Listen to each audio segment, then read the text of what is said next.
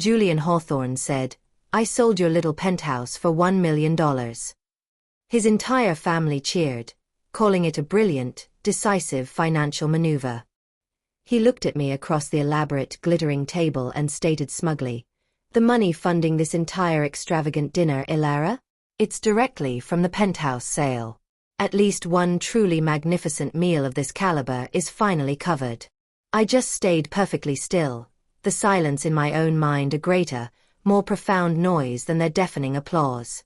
Then the buyer's lawyer, a panicking man named Felix Blackstone, called, his voice screaming through the phone's tiny speaker. "Why are the federal authorities at our closing office right now?" Something, I knew instantly, didn't just feel wrong. It felt catastrophic. The Hawthorne family's annual autumn celebration was already a breathtaking, glittering affair, held in the exclusive private dining room of La Toile, a sanctuary of Michelin-starred cuisine downtown, but tonight, I realized, it felt less like a dinner and more like a carefully constructed stage set for a terrible tragedy I hadn't yet been given the script for. Julian stood up abruptly, tapping the side of a heavy silver dessert spoon against Serafina's most prized heirloom champagne flute, a thin, sharp sound that nonetheless cut cleanly through the polite, expensive chatter of the room. "Before we indulge further," he announced, his voice carrying an uncharacteristic, almost arrogant resonance, "I have something truly significant and celebratory to share with my family." He paused deliberately, letting the intense attention, which was always, inevitably, centered solely on him, build to a fever pitch. "You all know, of course, about Ilara's rather expensive indulgence. Her luxury penthouse in the financial district, the one she so stubbornly insisted on buying 3 years ago." My shoulders tensed instantly at his condescending tone, the dismissive way he casually invalidated my achievement as a frivolous, impractical whim. "Well, I finally did something financially responsible about that idle, poorly utilized asset. I sold it last month, ladies and gentlemen, for exactly $1 million cash while Ilara was coordinating her tedious little corporate project overseas." The words landed with a sickening, final thud, hanging heavy in the air above the linen and crystal as he gestured grandly and arrogantly toward the room. "The money for this entire evening, the private room booking, the 15-course tasting menu, the 78 Bordeaux, and every other extravagant detail, it's all courtesy of the penthouse sale. At least one family celebration of this caliber is truly covered, thanks to my initiative." His mother, Serafina, let out a delighted high-pitched laugh and immediately began a vigorous, overwhelming round of applause, quickly joined by Julian's father, Alastair, and his brother Caspian, who both offered loud, effusive congratulations on his visionary business acumen and initiative. The praise felt like a physical burning assault, but I remained perfectly silent, my phone already vibrating aggressively in the silk lining of my pocket with a caller ID I didn't recognize but instantly knew was important, profoundly unsettling, and life-changing. "Why are the federal authorities at our closing office right now?" Felix Blackstone, the buyer's attorney, would shriek moments later, his desperate, terrified voice confirming the sudden, sharp suspicion that had already begun to form in my mind, a suspicion that Julian's public moment of triumphant vanity was about to become the single, most spectacular mistake of his entire pampered life. "Before we continue, I want to sincerely thank you for choosing to spend your valuable time with my story tonight. And please tell me, where in the world are you watching this dramatic, terrible collapse from? If you believe that a woman's accomplishments should be met with respect and admiration, not outright theft and malicious dismissal, please consider taking a moment to like and share this story. It truly helps these narratives of silent resilience reach others who need them most." Now, let's go back and see exactly how I, Ilara Vance, ended up sitting utterly alone at this lavish table, surrounded by people who had honed the art of making me entirely invisible into a cruel, generational family pastime. The 6 long years of marriage to Julian Hawthorne had been a relentless, suffocating masterclass in learning the exact dimensions of my own calculated invisibility. That morning, like every single morning before my assignment began, I had risen long before the city woke to quietly prepare his espresso. Single shot, extra foam, just the way he liked it. While he scrolled through financial news on his expensive tablet at the marble kitchen counter, my quiet greeting going completely unacknowledged as usual. The sound of his chewing and the constant ding of his personal stock alerts the only hollow punctuation in our increasingly cold domestic life. The food I cooked was consumed in the same sterile, heavy silence, punctuated only by his mother's pre-dawn call to Julian, discussing the meticulous seating chart and the extravagant menu for tonight's dinner, never once deigning to address me, the wife, the woman who would inevitably spend hours coordinating the entire evening's flawless logistics. Serafina had instructed Julian, "Tell Alara to ensure the truffle risotto is al dente and not heavy like she did last time," as if I were a new, barely competent catering assistant rather than her daughter-in-law and an internationally recognized financial consultant. The risotto had been perfect, of course, but in the Hawthorne family, my efforts, whether professional or domestic, were always found somehow fundamentally lacking. The crushing pattern of my professional and personal dismissal had been clearly established early in our marriage and only intensified relentlessly as my own career trajectory skyrocketed past Julian's. When I secured my first major, transformative promotion at the global consulting firm, a spectacular 40% salary jump and the coveted 50th floor corner office I had rigorously earned through 18 months of 80-hour workweeks and near-constant international travel, Julian's response had been a dismissive shrug of his shoulders and a distracted mumble about how it was finally time for me to begin contributing meaningfully to the vast upkeep of the sprawling suburban estate his father had simply gifted us. The very next week, at a similar highly ritualized family gathering, his brother Caspian had managed to close a small, entirely insignificant local real estate deal, and the entire Hawthorne family immediately erupted in a spontaneous, hysterical celebration. Serafina insisted on hiring a professional photographer to meticulously capture the moment, while Alastair raised an overly dramatic toast to Caspian's audacity and innate entrepreneurial spirit. The corrosive Hawthorne family dynamics, I soon learned, were brutally revealed through 1,000 small, exquisitely targeted cruelties that had accumulated over the years like a fine, toxic sediment. Serafina consistently failed to recognize my actual presence in the room, asking me only about the simplistic dinner menu or my mundane plans for decorating the guest bathroom, despite knowing I was actively advising multinational corporations on complex transactions that dwarfed her entire jewelry collection. Alastair discussed complex, high-risk investment strategies exclusively with Julian while I sat right there, entirely invisible as the expensive Persian rug beneath his polished shoes, even though my annual compensation had surpassed Julian's for the last 3 years running. Caspian regularly borrowed 5-figure sums from our joint accounts that he never, ever repaid, always loudly joking that I probably kept a meticulous, neurotically detailed ledger of every single cent, which, of course, I did, though not for the trivial penny-pinching reasons he assumed, but solely for documenting the steady, predictable, entitled flow of the money they felt was their birthright to take.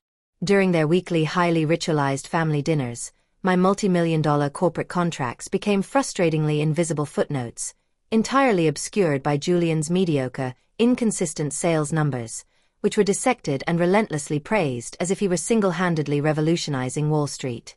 The month I successfully finalized a 12-figure corporate acquisition for my firm, netting a staggering 6-figure performance bonus.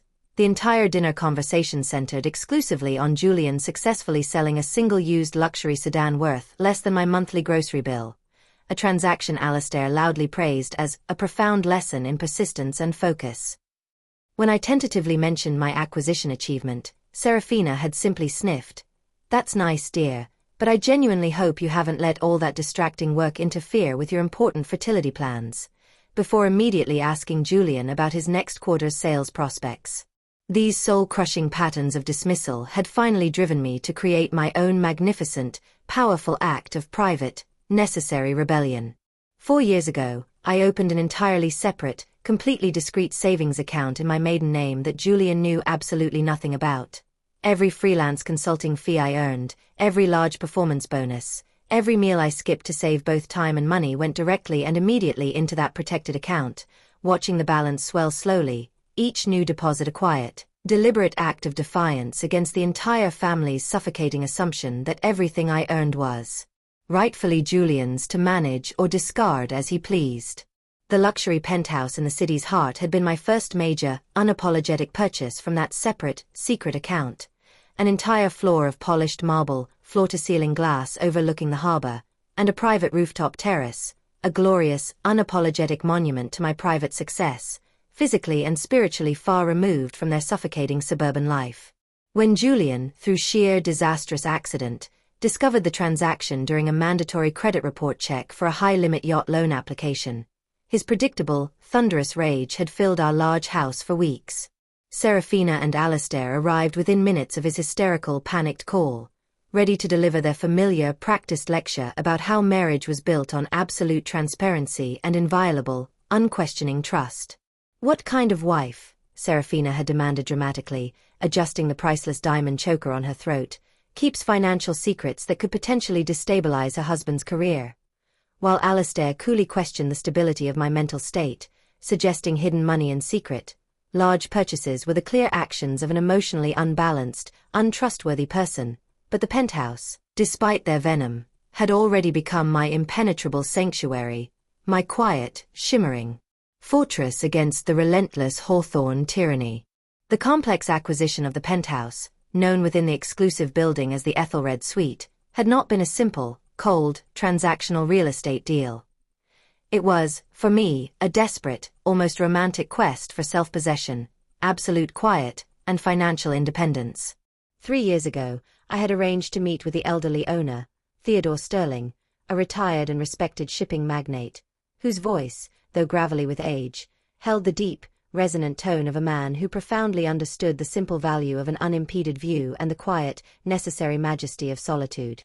"It's not just 4 cold walls, Ilara," he had warned me gently, running a frail hand over the smooth, cold granite of the kitchen island.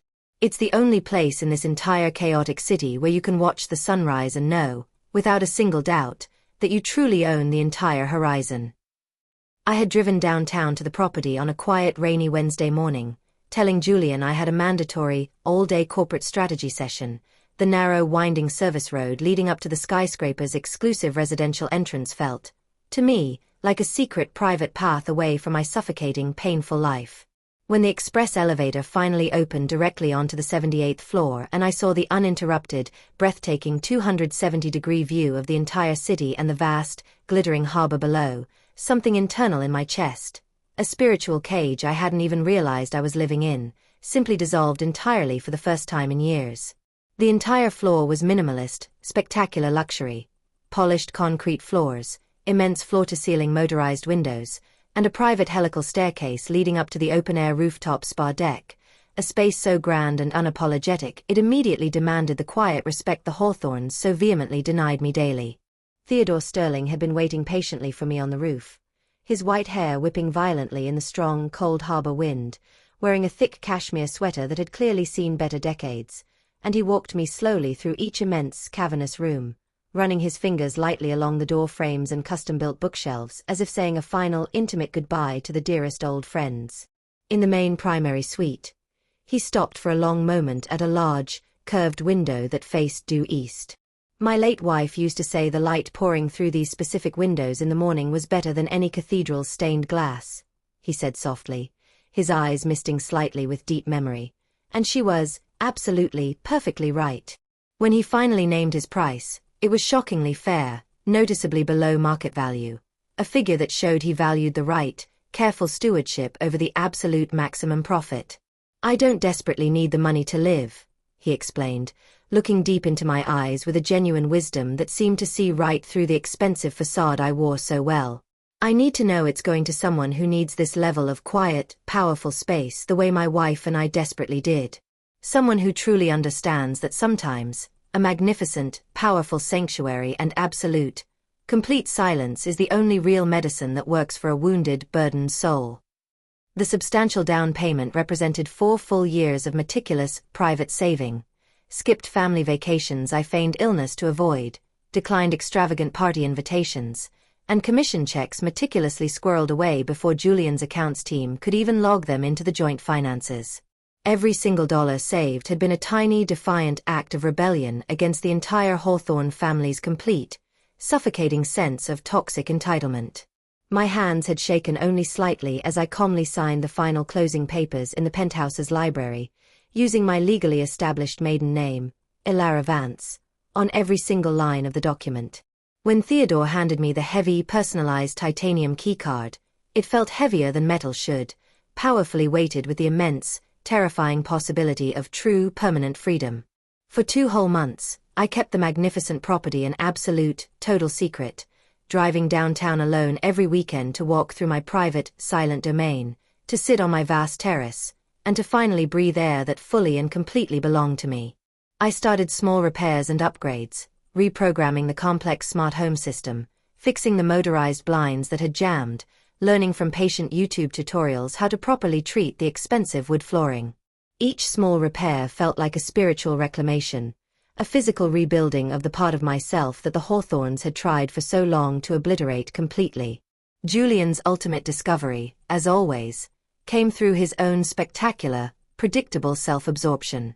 He decided to apply for a complex, high-interest financing deal for a ridiculously expensive new luxury yacht, and the loan officer's computer screen faced me directly as she pulled our joint credit reports. And there it was in stark, undeniable black and white. Recent inquiry, Harborfront Trust and Mortgage. Acquisition. Ethelred Suite. Julian's face went from confused impatience to stunned realization to volcanic, earth-shattering rage in the terrible span of 3 seconds, and I knew the short, beautiful reign of my secret sanctuary was violently over. The drive home from the yacht dealer's office was a heavy, airless vacuum that I knew preceded the inevitable, theatrical detonation. Once we were safely inside the suburban mansion, the explosion came, a terrifying, uncontrolled blast of Julian's manufactured betrayal and wounded pride. You bought a multi-million-dollar property without telling me. With what secret, hidden money? Tell me now. His voice climbed uncontrollably in pitch and volume with each hysterical question, bouncing harshly off the vaulted ceilings of the foyer. Within the hour, Serafina's immense, white Mercedes G-Wagon screeched to a halt in our circular driveway, quickly followed by Alistair's custom Maybach, Julian having successfully summoned his reinforcements for the inevitable public flogging he felt I so richly deserved. They arrayed themselves in our formal living room like a 3-person Supreme Court tribunal, ready to pass final judgment. Serafina sat ramrod straight on the sofa, her pearls, the unmistakable metaphor for her cold, unforgiving nature, catching the dim afternoon light as she leaned aggressively forward, her eyes narrowed and sharp.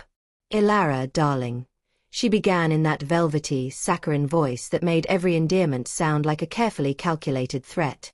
"Help us, please, to understand what kind of wife makes such monumental financial decisions without the slightest consultation with her loving husband."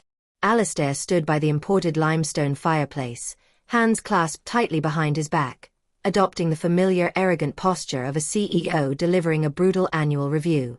"This raises significant, serious concerns about your judgment, Ilara," he stated, his tone chillingly professional. "Secret funds, hidden assets, luxury purchases outside the family's approved portfolio, these are simply not the actions of a stable, trustworthy partner." I sat in the single velvet armchair they had strategically positioned to face all 3 of them, my hands folded neatly in my lap, feeling the familiar, burning prickle of tears that I absolutely refused to give them the satisfaction of shedding. "The penthouse cost what it cost," I stated calmly, my voice steady despite the tremor in my chest. "I paid for it entirely with my own separately earned, documented income from independent contracts. It never, for a single moment, affected our joint marital finances." "That is utterly and completely beside the point." Julian's fist slammed down hard onto the antique glass coffee table, making a valuable, signed glass sculpture jump and rattle violently. "We are supposed to be partners. Partners don't keep massive secrets like this." I stayed completely silent, having learned long ago that any form of spirited defense only served to provide them with fresh ammunition for their next attack. The next few months devolved into a carefully orchestrated war of emotional and financial attrition. 2 months after Serafina's disastrous, theatrical family intervention, everything in my professional life abruptly shifted. My managing director, a formidable man named Marcus Sterling, called me into his vast, minimalist office. "We've secured the Archon Global contract," he stated, cutting immediately to the chase. "It requires 4 months of continuous coordination of their primary satellite offices across the Middle East and Asia. The engagement is worth upwards of $20 million to the firm, and I need someone with your highly specialized expertise in international compliance and high-value asset security." The project was so politically and financially sensitive that it required an entirely unprecedented level of federal security clearance, due to Archon's defense contracts and their involvement with certain sovereign wealth funds. 12 candidates had been rigorously vetted and considered, but my name, Ilara Vance, sat proudly at the very top of his list. The final mandatory security briefing 3 days later revealed a critical complication I had entirely failed to anticipate. Agent Reese from the Federal Financial Security Service explained, in chilling detail, that all personal assets above a certain valuation threshold, especially high-value real estate, had to be rigorously registered in the federal database due to my new security clearance level. Your Ethelred Suite Penthouse in the financial district, Agent Reese stated, reading slowly from a tablet, will be officially flagged as belonging to a cleared government contractor working on sensitive, classified projects. This designation provides an extra layer of protection against any foreign interference, financial attack, or suspicious transfer activity. My glorious private monument to financial freedom had, in that single instant, transformed into a federally monitored and protected asset, a fact that would soon prove to be Julian's most spectacular and unexpected undoing. The profound irony of the situation was a sharp, perfect blade. The very asset Julian and his entire entitled family dismissed as a frivolous, impractical symbol of my failure was now effectively protected by the full, terrifying force of the federal government. I spent the next 3 days before my departure arranging meticulous, military-grade coverage for my inevitable 4-month absence. The ultra-discreet asset management company I hired came highly recommended, specializing in safeguarding the properties of deployed diplomats and senior defense contractors. Every single utility payment and property tax transfer was fully automated, triple-backed with the management company's accounts acting as secondary payers. I installed state-of-the-art security cameras that uploaded directly to encrypted cloud storage accessible from any location on the planet, giving me a 24-hour eye on my magnificent, silent fortress. The emergency folder I prepared for Julian was 17 pages long, containing every single critical detail, including explicit, urgent warnings about the asset's sensitive, federal security status. I highlighted the phrase, emergency access only, federal registration, with thick, aggressive red marker, underlining it 3 times for maximum emphasis. Julian flipped through the daunting folder with barely concealed, dismissive amusement. "It's just a damn apartment, Ilara, not the Federal Reserve," he laughed condescendingly, tossing the critical folder onto the marble kitchen counter, where I knew it would remain, completely untouched and unread, for the entire 4 months of my absence. The crushing humidity of Dubai hit me like a physical heavy blanket when I stepped off the plane, but the utterly magnificent, overwhelming sensation of freedom I felt was infinitely stronger than any physical discomfort. My hotel suite overlooked the impossibly grand Burj Al Arab, the glittering city lights reflecting off the vast, dark water like scattered broken diamonds, and that very first night, I stood alone on the private balcony and felt my shoulders physically drop from the permanent, tense position they had maintained near my ears for 6 years. 4 glorious months of not being casually dismissed, completely ignored, or maliciously belittled stretched ahead of me like an irresistible, sacred promise. My weekly scheduled video calls with Julian quickly devolved into a sad, predictable study in declining interest and attention. Initially, he managed a strained obligatory 10 minutes of superficial conversation, asking performative questions about my work while his eyes constantly drifted to whatever was occupying his other computer screen.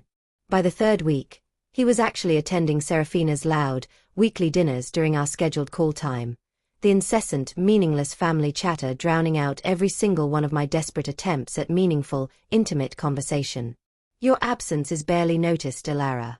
Serafina's voice had once crackled loudly through Julian's phone, followed immediately by a round of laughter I instantly recognized as Caspian's, the cruelty of the joke a silent, physical blow. The Hawthorne family group chat, which I had been a miserable participant in for 6 years, suddenly displayed a cold, abrupt error message one morning. "You are no longer a participant in this conversation." There was no explanation, no warning, just the sudden, clean cut. Julian weakly claimed it was a simple technical glitch when I asked, but his social media presence immediately told a much different, much darker story. Photos from subsequent family dinners showed him prominently seated between Serafina and Alistair, but now a young, stunning blonde woman named Lyra, Caspian's new girlfriend, was casually occupying what had been my meticulously avoided seat. The captions under the new photos read like cheerful obituaries for my presence. Great evening with the whole family. And, complete at last, the perfect Hawthorne lineup. By the third month of my assignment, Julian had almost entirely stopped answering my calls. Text messages received single word, delayed responses hours later, busy, fine, or simply, later. Lyra's perfectly manicured hand rested gently on Julian's bicep in the last photo he had posted on his private feed. Her smile too bright, her proximity too intimate, too familiar to dismiss as mere coincidence. The timestamp on the image showed it was last Tuesday, the very same night he had claimed, via curt text message, to be working late on urgent quarterly reports. I quietly closed my laptop and stared out at the dizzying Dubai skyline, the city's immense, vibrating pulse a rhythmic tremor through my window as I calmly processed what those damning images fundamentally meant. It wasn't just indifference anymore, it was something else, something much more deliberate and cruel. The long, grueling flight home stretched across 18 hours and 3 immense time zones, giving me far too much time to mentally prepare myself for whatever humiliating scene awaited me back in Detroit. I texted Julian my precise arrival time twice. I received absolutely nothing back. When the plane finally touched down on Thursday afternoon, the sharp, cold October air carried that particular Midwest chill that slices mercilessly through all pretense. I waited a completely agonizing 45 minutes at the baggage carousel, watching families emotionally reunite, couples embrace passionately, and professional drivers holding up signs for complete strangers. There was absolutely no Julian. Finally, a single curt text message appeared. "Mom's preparing a special celebratory dinner for your return. Come straight here." The taxi driver helped me load my heavy luggage into the trunk while I stared blankly at those 6 cold words. A special dinner at Serafina's mansion? After 4 months away, my husband couldn't even be bothered to meet me at the airport, but the Hawthorns were clearly orchestrating some elaborate event that demanded my immediate, public presence. The route home took us past the gated community where we lived, and I asked the driver to slow the car as we passed our massive house. Through the main living room window, I immediately glimpsed furniture I didn't recognize. A sleek, modernist sofa where our comfortable heirloom velvet chaise should be, aggressively abstract artwork on the walls that had been bare when I left. My beloved garden had been completely ripped out and replaced with generic, soulless, corporate landscaping. I had the driver drop me at the nearest, discreet corner, and I hauled my heavy suitcase to the front door of my own house like an utterly exhausted stranger. My key still worked in the lock, but the house I walked into wasn't mine. I found Lyra's small, intricately carved wooden box on Julian's dresser in the primary bedroom. I left my suitcase unopened and drove the short, familiar distance to the Hawthorne estate, my hands steady and cold on the wheel despite the emotional exhaustion. The driveway looked less like a private residence and more like a luxury car showroom. The sprawling, custom-built mansion glowed with warm, expensive light. I stood silently in the vast hallway, listening to the ecstatic celebration of my complete and total absence, before calmly taking a single deliberate step into their field of view. The scene was meticulously orchestrated, a perfect, chilling magazine spread of wealth and entitlement. Lyra was there, seated next to Caspian, but angled completely toward Julian, her hand resting provocatively close to his water glass.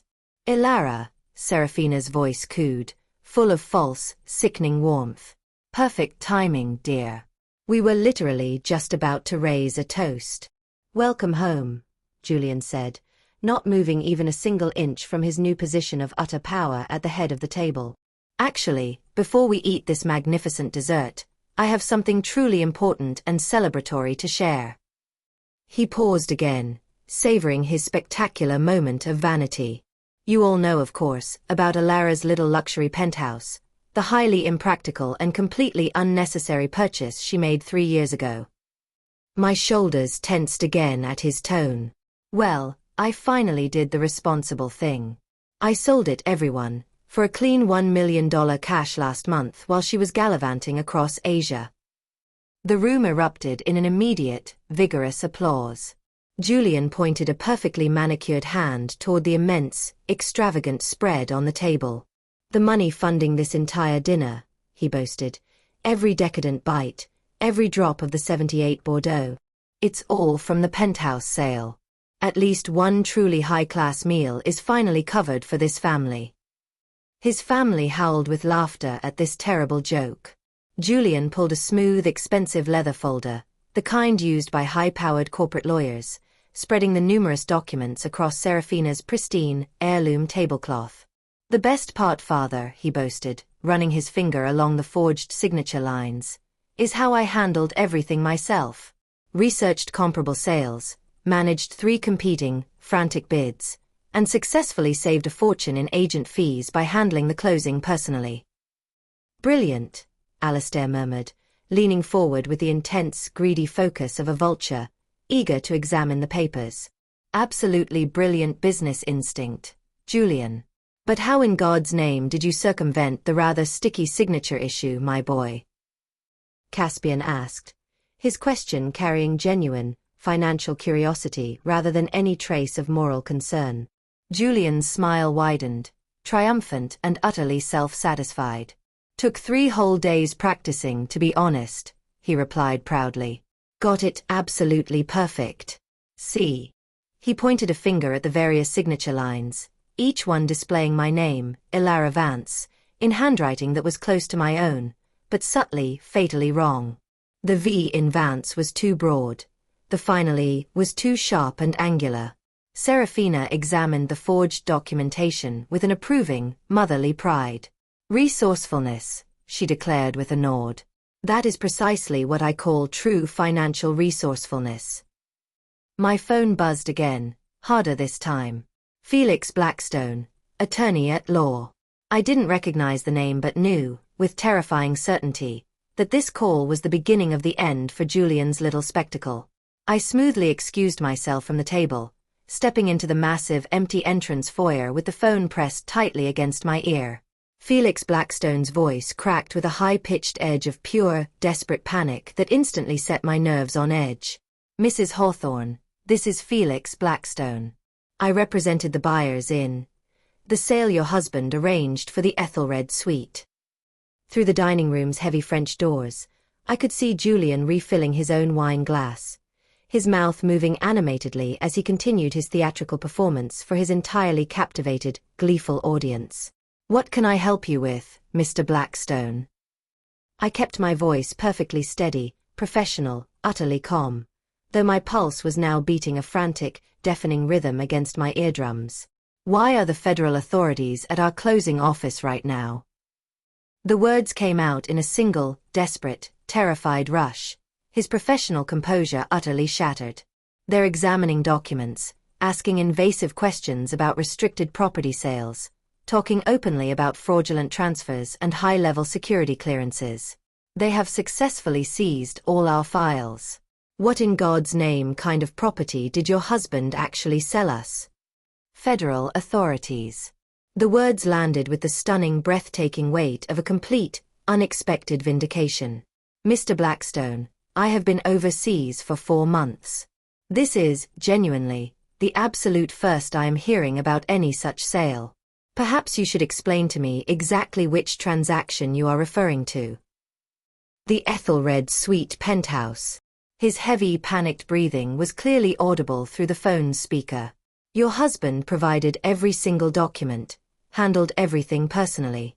We closed the sale 6 weeks ago.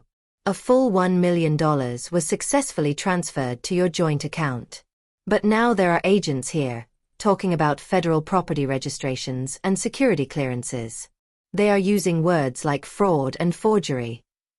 I ended the call abruptly and stood utterly still in the silence of the foyer, processing the earth-shattering information I had just received. My phone immediately showed 3 missed calls from a single, blocked number. As I scrolled through the calls, a single text message appeared from a number I recognized instantly. Special Agent Reese.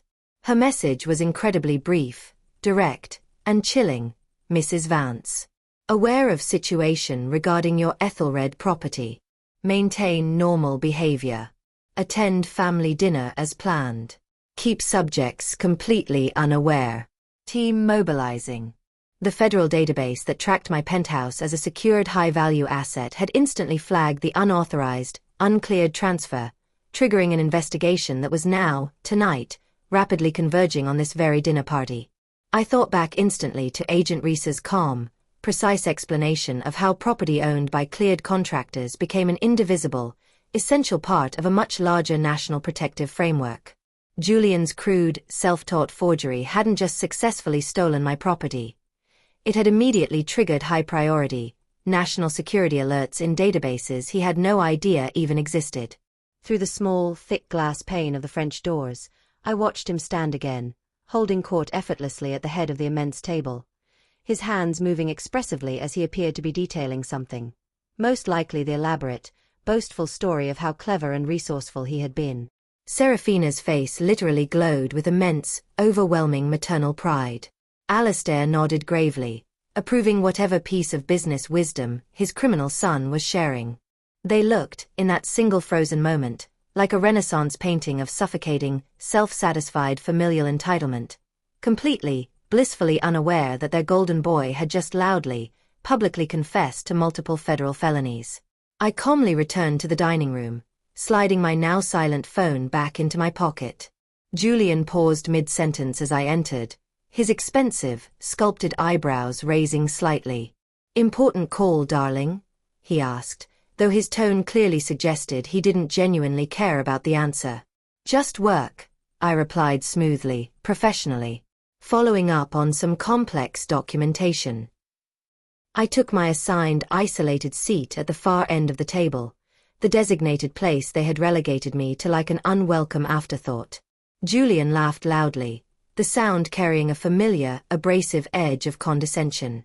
"Always working, even immediately fresh off the 18-hour flight.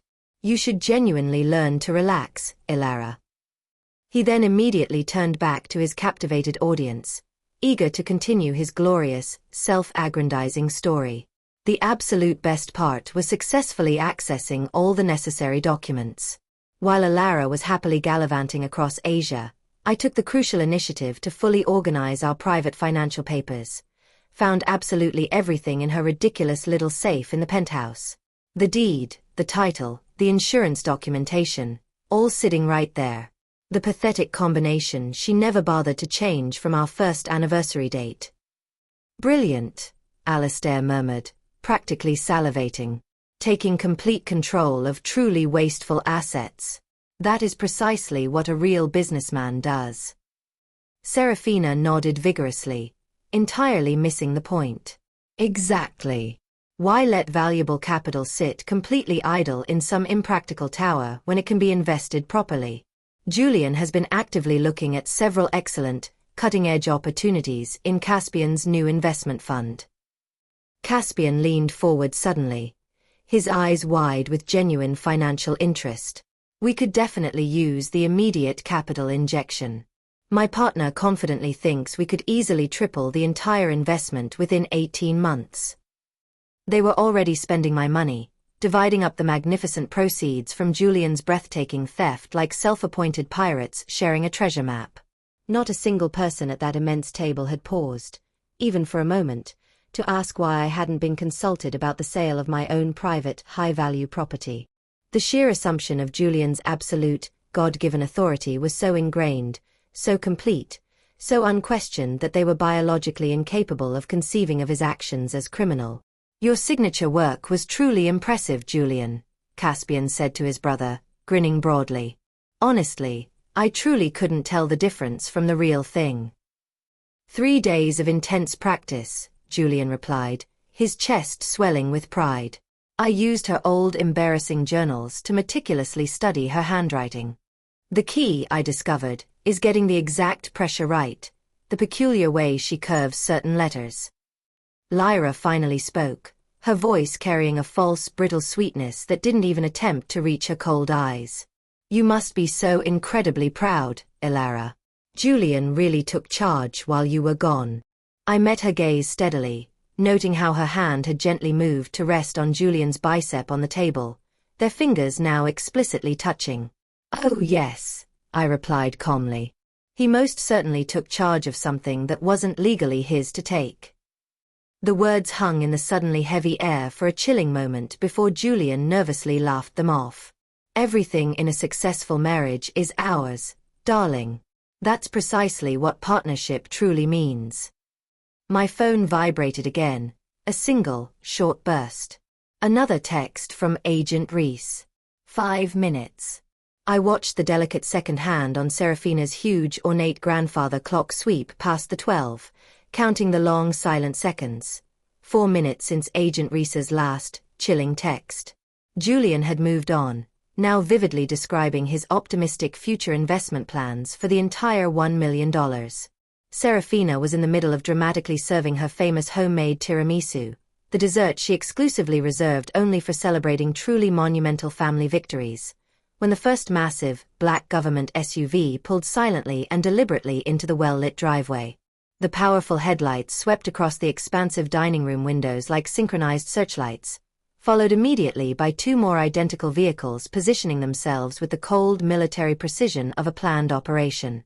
Through the sheer, expensive curtains, I could clearly make out the dark, official government license plates, the kind that instantly made wealthy neighbors peer nervously through their blinds and frantically wonder what terrible level of trouble had finally arrived on their exclusive street. 6 formidable figures emerged from the vehicles, moving with the synchronized, coordinated efficiency of professionals who had performed this exact task many, many times before.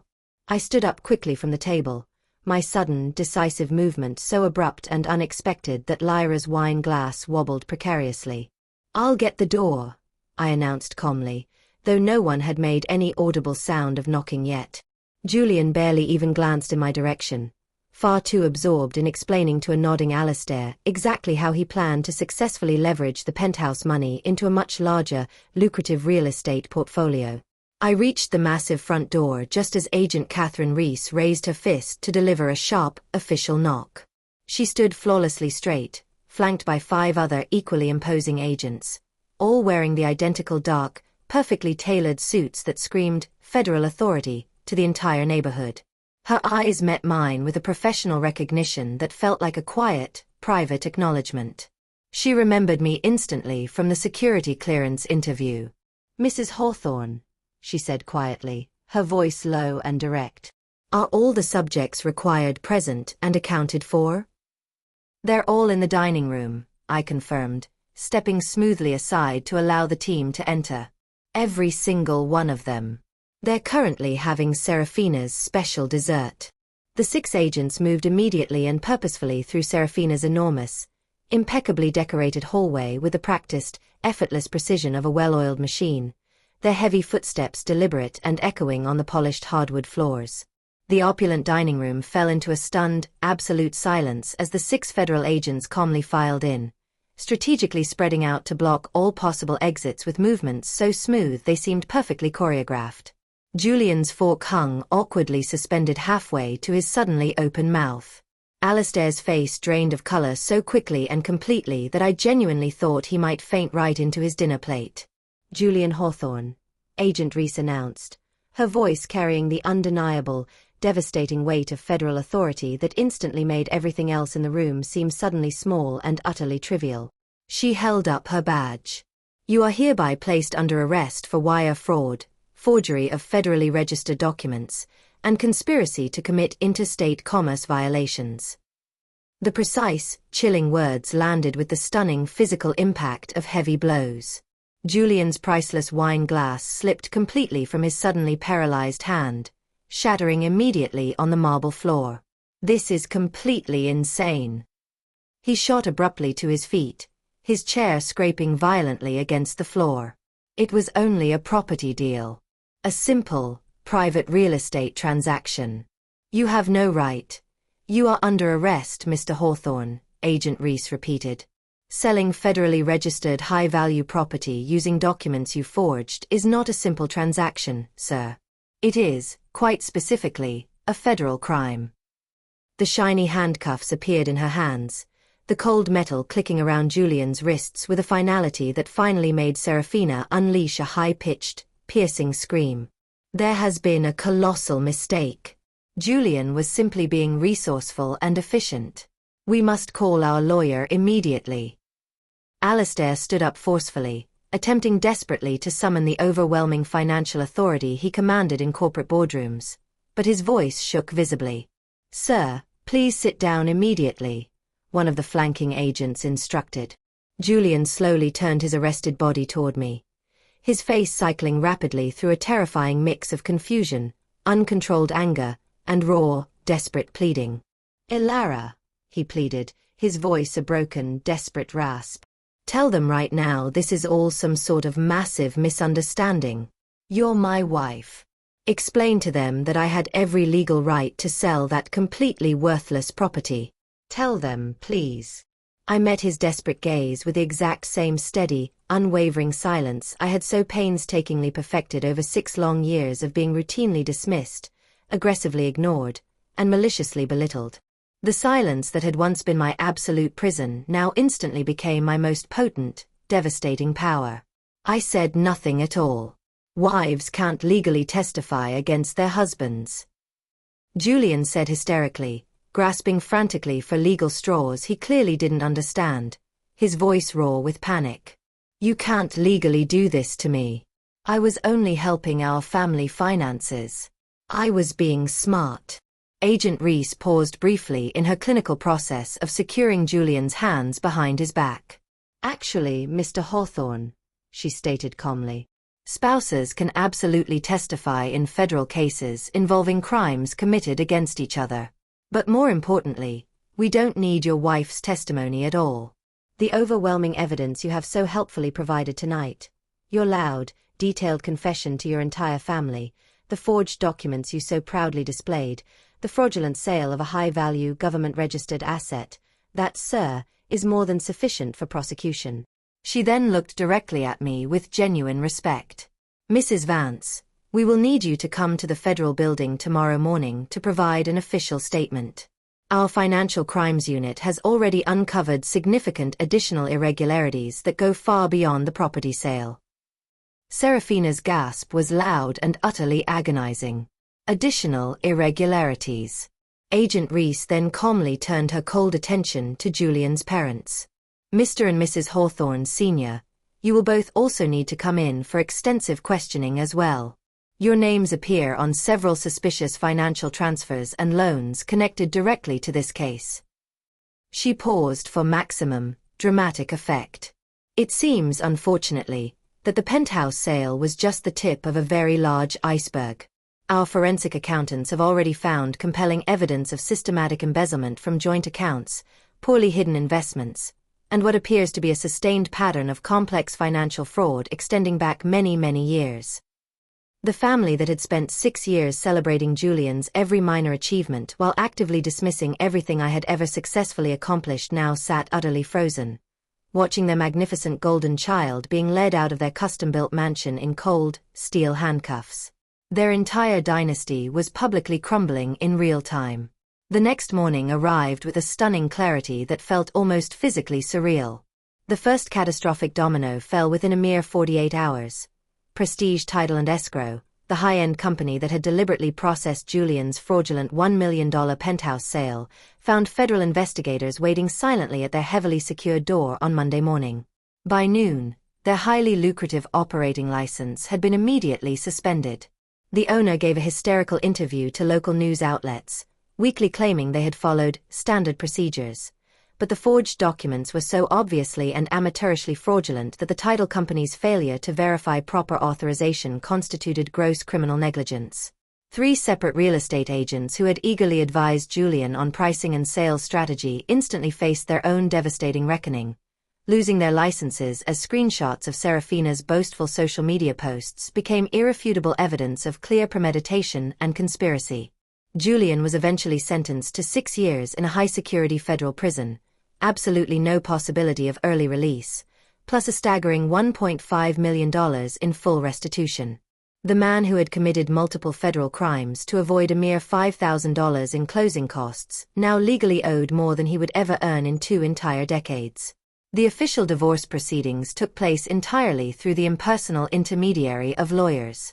Michigan law showed absolutely no mercy to imprisoned spouses who had committed severe financial felonies against their legal partners. The presiding judge stated, "Mrs. Vance, the The court hereby awards you all marital assets without any exception whatsoever. Everything came back to me. 3 weeks after the final sentencing, I returned to my magnificent penthouse for the first time since Julian's arrest. Agent Catherine Reese arrived on a quiet Tuesday morning. The federal investigation has expanded exponentially, Mrs. Vance, she said professionally. Your specific case broke open something far, far bigger. Julian had been actively running similar, smaller-scale schemes with at least 3 other wealthy families. On the first anniversary of that horrible, yet somehow wonderful dinner, that catastrophic evening where Julian so proudly announced his self-destructive crime, I sat entirely alone on my newly reinforced private deck as the cold, crisp sun dramatically set across the distant city skyline. The silence surrounding me was total and complete. My phone sat completely silent on the table beside me, containing no contacts from that entire previous life. This is the story of federal justice served cold, a story that truly had me on the edge of my seat right up until the handcuffs clicked. Hit that like button right now and tell me, what was your absolute favorite moment in Lara Vance's journey? Drop your favorite moment in the comments below. Don't miss more absolutely thrilling, dramatic stories of resilience just like this one. Subscribe and hit that notification bell right now so you never miss another upload.